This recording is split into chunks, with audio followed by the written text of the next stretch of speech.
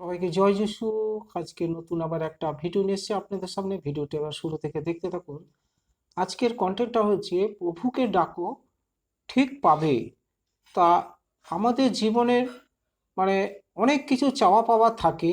আমরা যেরকম বাবা মার কাছে সব কিছু চেয়ে পেয়ে থাকি, ঠিক তেমনি স্বর্গস্থ পিতা ঈশ্বরের কাছেও কিন্তু আমরা প্রার্থনার মাধ্যমে চাইতে থাকি যে হে প্রভু, এই ঈশ্বর আমার জীবনে ওই জিনিসটা দরকার, আমি ওই জিনিসটা আমার খুবই প্রয়োজন, তুমি যদি আমাকে সময় মতো জুটিয়ে দাও আমার জীবনে কিন্তু খুব উপকারে আসবে বা কাজে লাগবে। তো এই রকম প্রার্থনার মাধ্যমে চাইতে থাকলে প্রভু কিন্তু স্বর্গে দূত পাঠিয়ে সমস্ত পরীক্ষা নিরীক্ষা করার পর সেই সমস্যা থেকে সেই জিনিসটা আমাদের ঠিক কিন্তু পাইয়ে দেয়। তখন আমরা কিন্তু খুশিতে আনন্দে উল্লাসিত হই, কারণ প্রভু হলো ঈশ্বরের একটা অংশ। তা প্রভু থাকে স্বর্গে, আমরা থাকি মর্তলোকে। তা আমাদের জীবনের চাওয়া পাওয়ার সমস্ত ভার দায় দায়িত্ব প্রভুর উপরে চাপিয়ে দিতে হয়।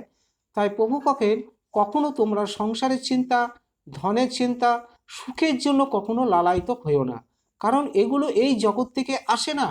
যা কিছু আসে সব স্বর্গ থেকে আসে।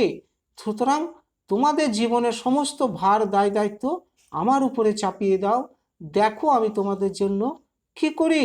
তাই সঠিক সময়ে সঠিক পদ্ধতিতে প্রভু আমাদের সব কিছু জুটিয়ে দেয়, তখনই আমরা পেয়ে থাকি আর খুশিতে আনন্দে প্রভুর গৌরব করি, প্রশংসা করি।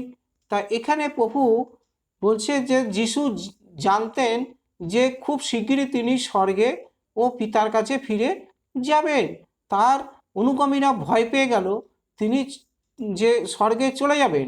তিনি তাদের বললেন, মানে প্রভু তাদের বললেন, চিন্তা করো না, আমি আমার পিতার বাড়িতে ফিরে যাচ্ছি, তোমাদের জন্য আমি সেখানে প্রচুর বাসস্থান প্রস্তুত করে রাখবো।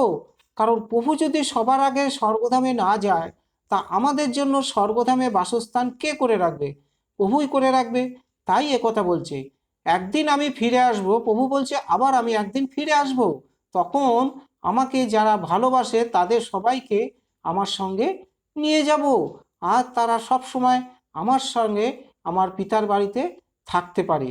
আর বলছে আমি চলে গেলে তোমরা একা হয়ে যাবে না, কারণ ঈশ্বর তোমাদের কাছে পবিত্র আত্মা পাঠিয়ে দেবেন, তিনি সবসময় তোমাদের সাথে থাকবেন। আমি যা যা শিখিয়েছি সেই সব কথা তিনি তোমাদের মনে করিয়ে দেবেন। তোমরা যাতে ঈশ্বরকে ভক্তি শ্রদ্ধা করো সেই জন্য তিনি তোমাদের সাহায্য করবেন। তাই প্রভুকে সবসময় ভালোবাসতে হবে, ভক্তি শ্রদ্ধা করতে হবে এবং প্রার্থনা করতে হবে। প্রার্থনার মাধ্যমেই আমাদের সব কিছু চাইতে হবে, যে হোক মানে এটা প্রয়োজন ওইটা দরকার, সেই কাজটা হলে আমার খুব ভালো হতো। প্রার্থনার মাধ্যমে একচিত্ত এক মনে এক ধ্যানে প্রভুর কাছে প্রার্থনা করলে প্রভু স্বর্গধাম থেকে আমাদের সমস্ত কথা শুনতে পারে। হ্যাঁ, তখন প্রভু আমাদের সব কিছু পাইয়ে দেয়, মানে জুটিয়ে দেয়।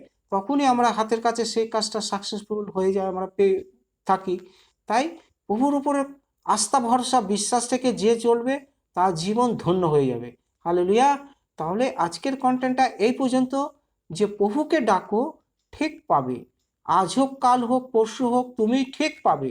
তুমি শুধু ধরে থাকো আর বিশ্বাসের ওপর ভর করে চলো এবং প্রার্থনা করতে থাকো, একদিন না একদিন তুমি ঠিক প্রাপ্ত হবেই হবে।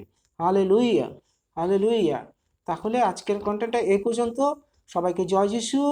আর যদি ভিডিওটা একটু ভালো লেগে থাকে একটা সাবস্ক্রাইব দেবেন, কারণ এর থেকে আরও ভালো ভালো ভিডিও কিন্তু সবার আগে আপনাদের কাছে পৌঁছাবে। আর প্রভুর কাছে মিনতি প্রার্থনা, আপনারা সদা সর্বদা ভালো থাকুন, মঙ্গল থাকুন। প্রভু যেন আপনাদের সমস্ত দুঃখ কষ্ট রোগ ব্যাধির হাত থেকে সুস্থ করে দেয়। আমি নাসরাতে প্রভু যিশুর নামে প্রার্থনা করি। ধন্যবাদ, ধন্যবাদ প্রভু, ধন্যবাদ। মহিমা হোক প্রভু, স্বর্গমত্ত পাতাল সব জায়গায় তোমার নামে জয় হোক। মিনতি প্রার্থনা তান কথা উদ্ধার কথা প্রভু সমসীর নামে। আমেন। জয় যিশু, জয় যিশু, জয় যিশু।